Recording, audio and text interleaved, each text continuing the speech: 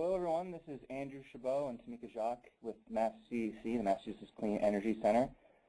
Thanks for joining us today. I am the Program Manager, Workforce Development at MassCEC, and Tamika is the Director for Workforce Development here at MassCEC. And we're also joined by Ann Berrigan, Senior Program Manager for Commonwealth Corporation, who will be chiming in to give us some background on the Signaling Success curriculum associated with the Learn and Earn RFP. I want to do a quick audio check. If people can hear me, could you please, in the chat window, just write a quick message letting us know so we can proceed?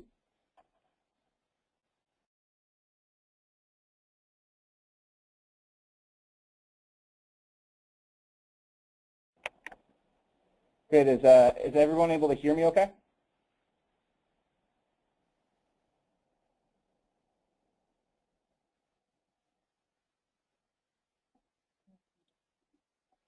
Okay, great, thanks.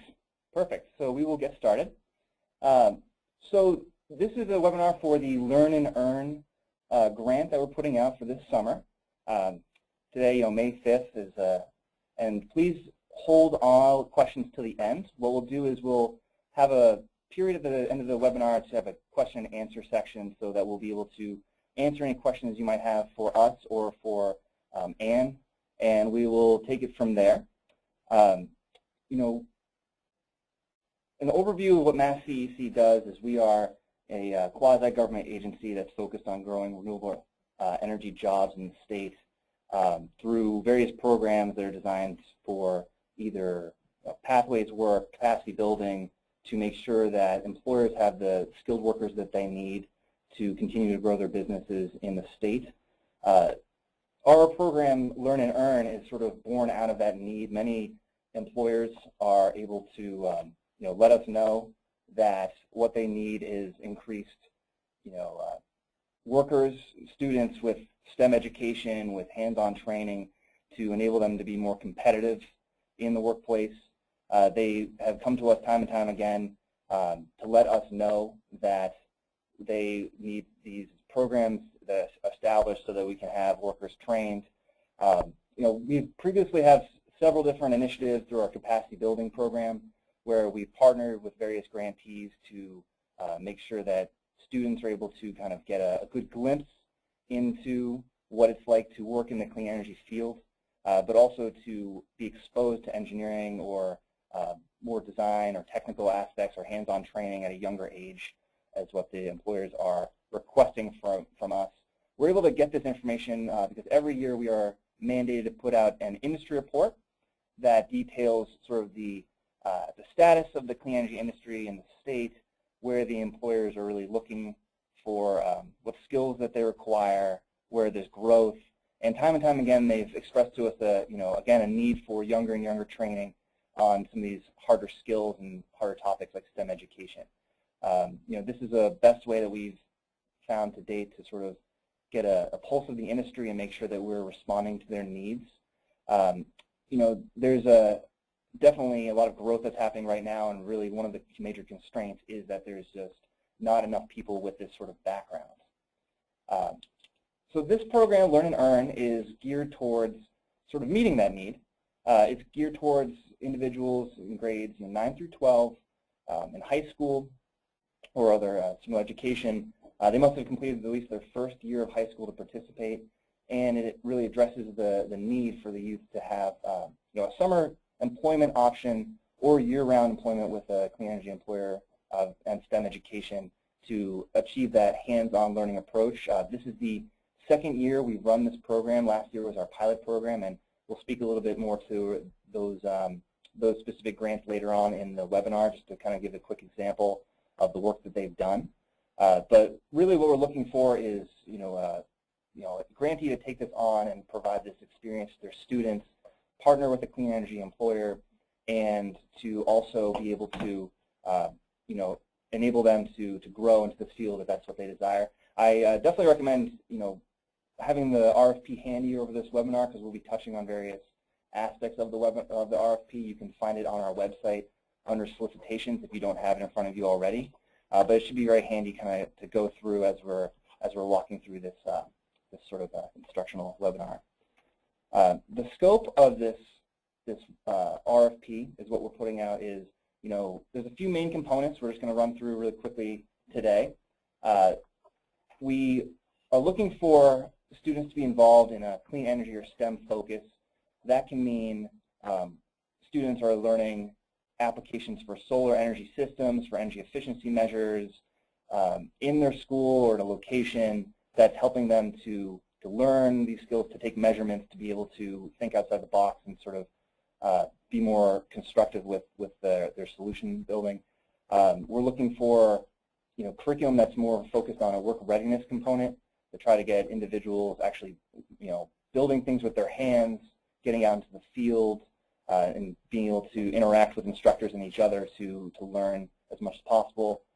There's also a component for post-secondary preparation so that there's an ability for them to take some classes that preps them for higher learning, to whether that's through credits they can learn or to just prepare themselves to be able to enter into whether it's a STEM career or some other profession. The location is, of course, located in Massachusetts, but ideally at their high school.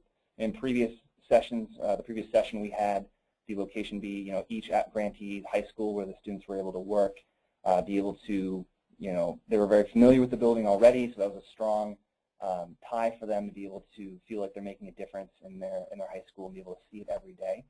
A strong component of this as well is that it's going to be a paid work experience for these students. Typically, I believe the max they can be paid is $9.50 an hour for their time spent working on these projects. But we found that to be a very strong incentive to keep them engaged and to make sure that they actually follow through with this program.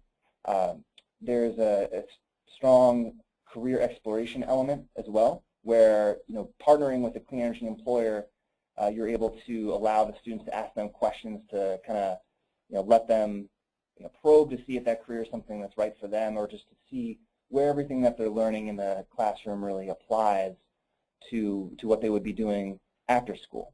The applicant teams for this scope is we're looking for teams to be comprised of a high school or vocational tech school or other type of organization, and to be partnering with a post-secondary educator, higher institution, and also a clean energy employer, whether that's someone doing solar energy work or energy efficiency work or even wind development.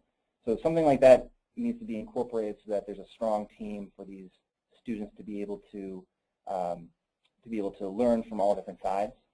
The dissemination strategy is something that's going to be useful for the students to learn, to have a way for them to just sort of kind of absorb the information that they're receiving, whether it's weekly regular check-ins, kind of a debrief so that they can really review what they've gone over when they're working on the job, but also so they can be applying this to some of their classes. There's two items here that are optional. There's the option for preparing these students to take AP courses and earn credits for higher learning, but also there's the option for dual enrollment if you wish to incorporate some sort of means for the students to be working over the summer and then be followed over the course of the year, whether it's partnering with that post-secondary institution to allow them to have that opportunity. That was more of a requirement last year, but it's not as it's an optional requirement this year. And again, the classroom academics is going to really align with the educational component of the work that they'll be doing. They'll be getting a lot of work readiness skills to be able to apply and figure out whether they want to pursue that. And it's also going to be enable them to deal with employment, curriculum development with the school, and also enable the school to sort of have more resources to be able to pursue these sort of educational endeavors in the future. There is in this round of funding for this grant a match requirement. So what that means is that if you're going to be dedicating a staff member's time or existing equipment, that can count towards this match, but it must equal 15% of the total amount that you're requesting from Mass CEC.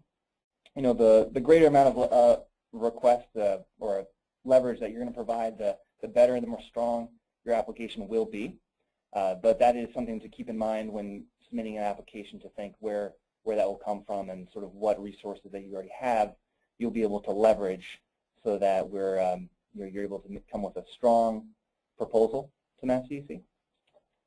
And with that, I think I'm going to turn it over to Ann at Commonwealth Corporation, who will be speaking a little bit about the Signaling Success curriculum that's meant to be paired up with this initiative. And at the end, we'll just dive back into the RFP. Good afternoon, everybody. We're very excited to make Signal Success available to the Learn and Earn program.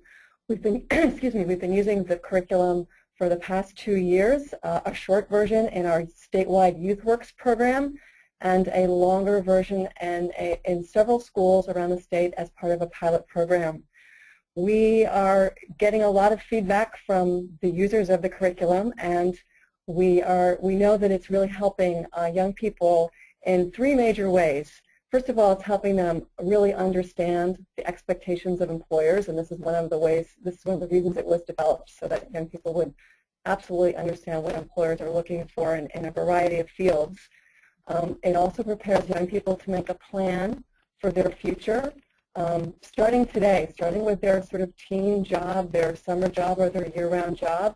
We have a part of the curriculum that goes over now jobs, soon jobs, and future jobs. And we will be customizing this part of the curriculum to be relevant in STEM and clean energy careers, which is terrific. And the third part of the curriculum is to help young people make a plan. Now, the purpose of having this curriculum requirement in the Earn and Learn programs is that we see it as a thread that supports a lot of the activities in the grant. First of all, it can support student learning and the required academic component. It really helps young people connect all the career exploration materials and activities that you're doing, like visits, like shadows, job visits, different places that young people may go to see and learn about clean energy.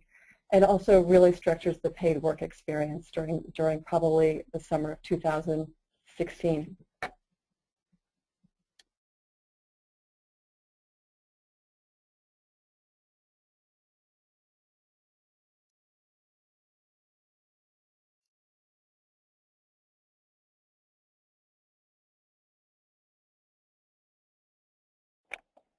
Hi, Ann, this is Andrew. I think your sound may have cut out. You might be on mute. Oh, sorry about that. I'll start over. I want to talk to you. No, it's good. Yeah, we got everything in just the last 10 seconds or so, but you're good to go now. Okay, thanks.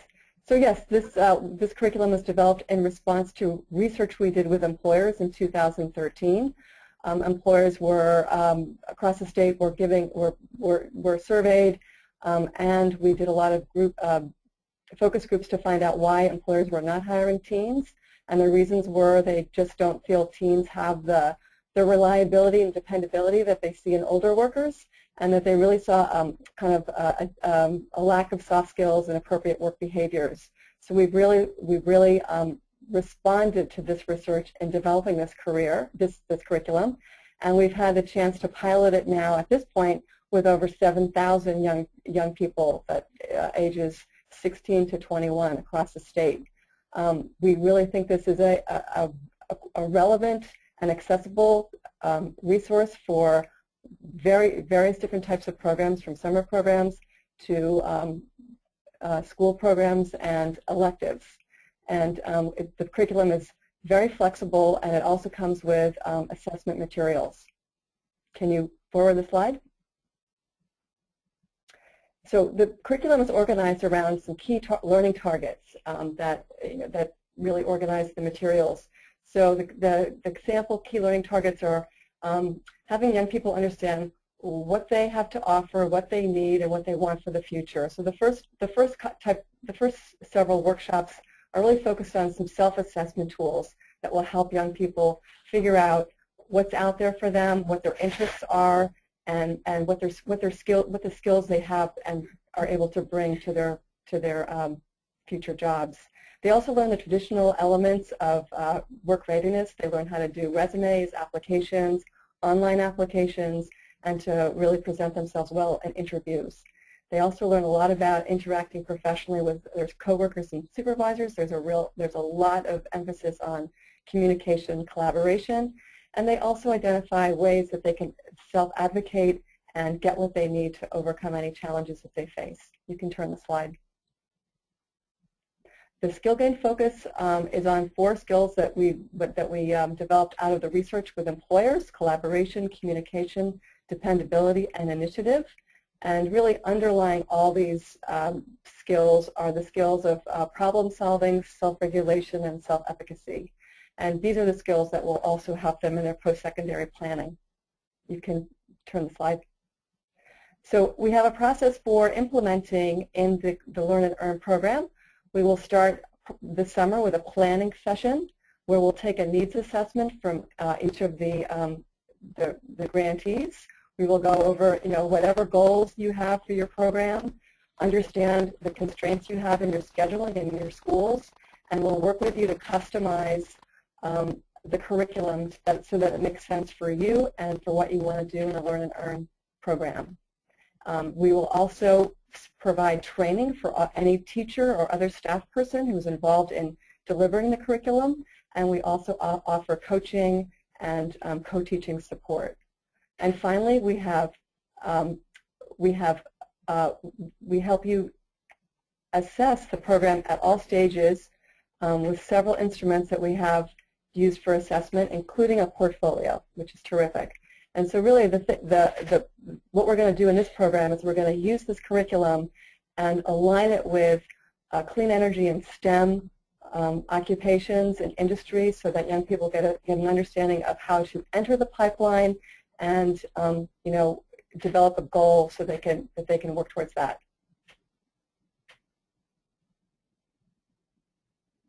Great, thank you, Ann. That was terrific. So we're going to dive back into the RFP now and talk about a little bit on the eligibility of an applicant, on what it would take to be able to apply for this grant. Namely, we're looking for Massachusetts-based organizations, either higher education institutions offering 2- and 4-year degrees, private and public high schools, vocational technical high schools, community-based organizations with 501c3 status, workforce investment boards, and organized labor unions. Whoever does apply, you do need to have a rounded out team. So you need to be comprised of one of these organizations, also which is a higher education institution, a high school or some means, or a community-based organization, and a clean energy employer. So really it's those 3 elements that's going to kind of be your team and submit to us, and then that will be sort of the team you'll be working with.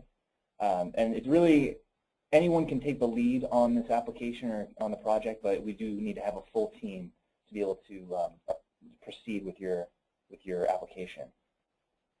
Going through the application, there's a narrative that you'll need to work up that's 8 pages long, and those are provided as attachments, most of them in the back of the RFP. Really, what we look for is the commitment from the applicant and the qualification of why you think that you're a good match for this grant, what staff members and partners you'll be working with during this grant, your implementation plan, sort of a schedule. This is important for us to kind of see when you plan on making certain elements available to students, when you plan to do your initial stages and wrap up. These dates are not set in stone, but we do need to have a good sort of idea of how that will work out so we can move forward. The support services, if whatever those will be, project benefits, how these will benefit the students and your curriculum, the general timeline kind of ties into the implementation plan.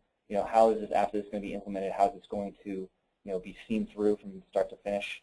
And finally, the budget and program evaluation. So the budget we provided in the RFP, and that sort of breaks down on how much each item will cost, what the total will be, what your match will be, and also to make sure you've reserved funds for evaluation.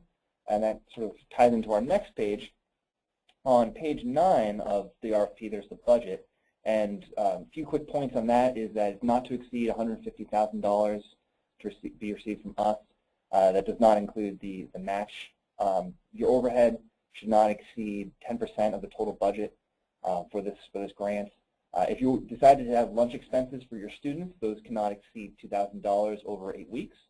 And we also do reserve, or you need to have at least $3,000 set aside, or up to $3,000, I should say, to evaluate the program at its completion. This is extremely useful and helpful for us to have, because it enables us to more readily evaluate, based on this response, just how the program went, which enables us also to sort of gather best practices that we can apply to other programs or other iterations of the program. There are a few examples. So last year, our pilot program, we gave it to 3 different grantees. It was Greater Lawrence Regional Vocational Technical High School, Brockton High School, and the Center for STEM Education. They are still, in the midst of wrapping up their grants and wrapping up their final evaluation. But we definitely recommend to reach out to them if you have any questions or want to, learn more about, what they went through to craft a successful application, or to learn from them about what went into the evaluation that they actually put together. Next, we have just kind of a quick review over everything that we talked about today. We're going to kind of move towards our Q&A pretty soon, but we talked about the eligibility, what it requires, what's required for an applicant to submit and have the proposal sent in to us. The budget can't exceed $150,000 for this grant. The qualifications we went through and sort of what we're looking for, it's all really present in the RFP. And then the selection criteria is, we went through it over the course of the webinar, but if you want to get a better idea of sort of how we evaluate, it's on page 9 of your RFP. You can sort of go through and view the criteria that we look at when we're reviewing each application, just to make sure that what you're submitting matches up with this. And our all this is due to us on the 22nd of May. So that, I believe, is a few weeks away. So we need to receive all of these by 2 p.m. that day. You can email it to Tamika. Her email is right there. And we will notify people of their status in early June. So we're going to receive these and have a quick turnaround time to let you know the status. But please, send those in May 22nd, no later than 2 p.m., and then we will be able to begin our review process almost immediately. And with that, I think we will open it up to any questions. Thanks to everybody for listening, but now there's an opportunity we can kind of dive into any questions you might have, maybe something that I went over a little too quickly that you want us to focus on, and we can really take it from there. And you can ask questions for Tamika and myself, or if there's a question for the curriculum for Commonwealth Corporation, their Signaling Success, you can direct that towards Anne, and we'll relay it and answer any questions you might have. So to ask questions, you just want to be typing it in your screen. There should be a box on that is present on your kind of the tab. You can the questions tab or the chat tab. You can just write it in, and we will see it on our end.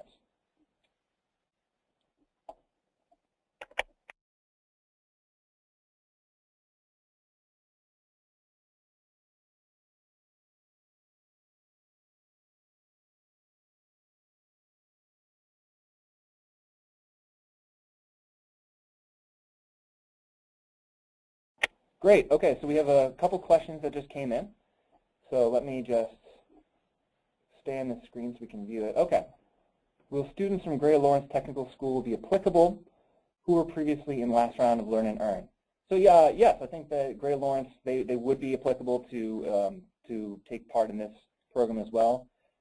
Previously, the last round of Learn and Earn was Greater Lawrence Technical School, Brockton High School, and the Center for STEM Education. They were our first round. That was 2014 summer, and they are still, wrapping up. They had all of their students do their work over the summer of 2014, and then they followed them over the course of the year, and they're currently in the process of wrapping that up. Great. Next question. is there a way to match a higher ed high school partnership with a clean energy company? Yes, that's actually a component of this. You do need to match up with both a higher ed institution and a clean energy company, because that will be your team. You'll be able to submit that to us, and we'll be able to evaluate the work that you'll do, and what kind of benefit it will be to the students. One thing I want to add is, I believe I might have missed it, but the narrative that you submit to us, please don't exceed 10 pages in length. That enables you not to work, up until the late hours of the night, and also save us some time not to go through a 20-page narrative. And so the next question, the RFP specifies that 80% of the program, curriculum, and employment must take place at the high school, and that the remaining 20% must take place elsewhere. Can the 20% take place at the partnering post-secondary institution as an additional site for student employment, or does it have to be off-site, such as visits to industry partners? So you could mix it up. It doesn't all have to be at the in one location. It could be a mix between the post-secondary institution and the industry partner. Don't feel like you have to do all one or the other, but think about the students, what they'll get from it. We favor the partnerships with industry. So any visits that you have to an industry partner, I think will go a long way. We had some great success last session with some of our grantees in particular. I think Brockton High School had an outstanding couple of industry visits with their industry partner that went a long way with the students, that when we got feedback from the students, they were floored that they were able to ask these questions and learn about the industry while they were there. Someone beat me to the punch. Is the proposal supposed to be 8 or 10 pages long? Please have the proposal be 10 pages, no longer than 10 pages. The narrative, please don't exceed that amount.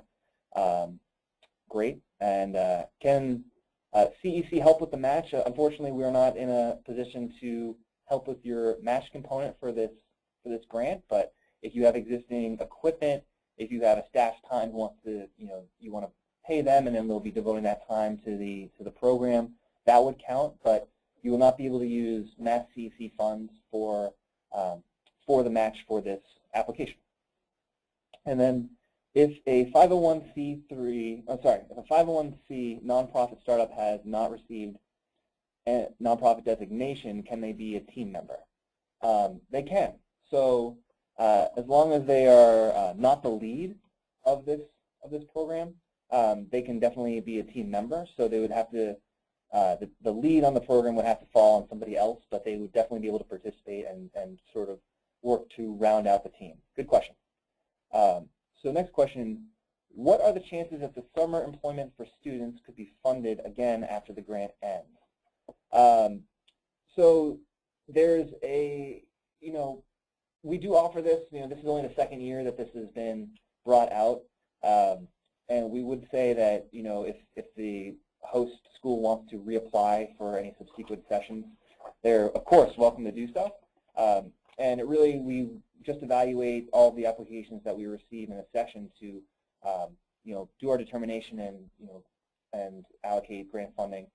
So definitely feel that they can reapply in a subsequent session if they want to offer the experience to their students again. Let's see. Next question. Are last year's winning proposals available for us to see? So that request needs to be made in writing, and you can send it to Tamika at her email at the, let me just go back to that so people could see that. So her email's right there. Please go, email to tjock at massvc.com, and you put that request in writing, and then we forward that on and make sure it goes through our our legal team to make sure we don't send anything out that we're not supposed to. But please send that over, any requests. Will this webinar presentation be available for download? Yes. So this webinar will be posted on our website. I should have made that more clear at the beginning of the webinar, but after this webinar is concluded, what we'll do is we'll have the recording posted on the solicitation page on the website. You should be getting a follow-up email at the conclusion of this webinar. I think it will go out the day after, so tomorrow. The audio should be posted up there. It might be a day after that, but anyone who you want to forward this on to, or if you want to re-listen, please go ahead. You can listen to it there. Okay, so there's another clarification on the previous question regarding the MassCC helping with the match. There was clarification. The question was meant for the match to an industry partner, for example, having a higher education in a high school but not an industry partner. I'd say no.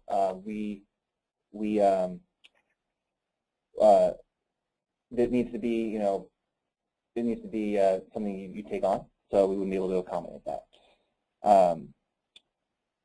So are students working this summer under last year's grant? So we do not have anybody from last year's grant that's working this summer. It all took place last summer in 2014, and there were some components that where the grantees were following their students over the course of the year, and they are continuing to submit some progress reports to us because some of them did have a dual enrollment component. So the work did occur last summer, but the students won't be doing any work this summer. Can real estate acquired acquisition be considered matching funds for net zero property? That is a good question. I think we would have to probably check with our legal team here to see kind of what would qualify as matching funds. And what we'll do is at the conclusion of this, on any written questions that we don't answer or can't answer today, we will be posting all of the questions and answers on that same solicitation page where the recording will be held. The download, so people could see all the questions that were asked and then see all the responses, and then we will allow that, make that available for everyone. And so they're meaning a net zero retrofit. Yeah, so we'll have to get some clarification on that, and we'll post the answers on Friday. Is there a minimum time commitment for senior personnel? I do not believe so. No, there is no minimum time commitment, so it's really whatever your team is able to dedicate, whatever you think is the strongest sort of combination, please, go forward with that. But there is no minimum time commitment. Can the grant period extend beyond 1 year to accommodate the program, such as 2 summers and 1 academic year?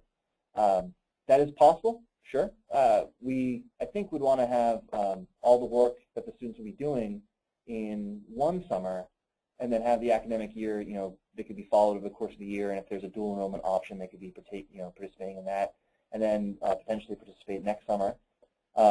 That's something we could definitely evaluate if it comes in on an application, and we would be open to that. Can the in-kind contribution consist of high school faculty salary during the academic year? Yes. So if there's going to be a high school faculty member who will be devoting their time, and you'll be subsidizing that over the course of the year, that would be able to count towards your 15% match requirement. It's a good question. So that's kind of a good way to kind of think about how you'll be able to come up with that match to make this application strong. That would definitely be a good way to do that. And great. So any other questions? I don't want to get off the line too quickly here. Okay, great. So another question. Can matching funds come via loan Boston Community Capital, as an example? Sure, yes. As long as it's used for the program, it would be able to come from that source or from a loan. The matching funds just can't come from MassCC, so it needs to come from from the applicant or from another source to be placed towards this. Great. And is overhead included in the $150,000? Yes, it is. So overhead that they shouldn't exceed 10% of the total cost of the grant, but it is able to be included in the $150,000. So just keep that in mind. You could have that be placed in there so that you're able to not be exposed to too much other than the match. Great. Great. Are there any additional questions before we conclude? Perfect.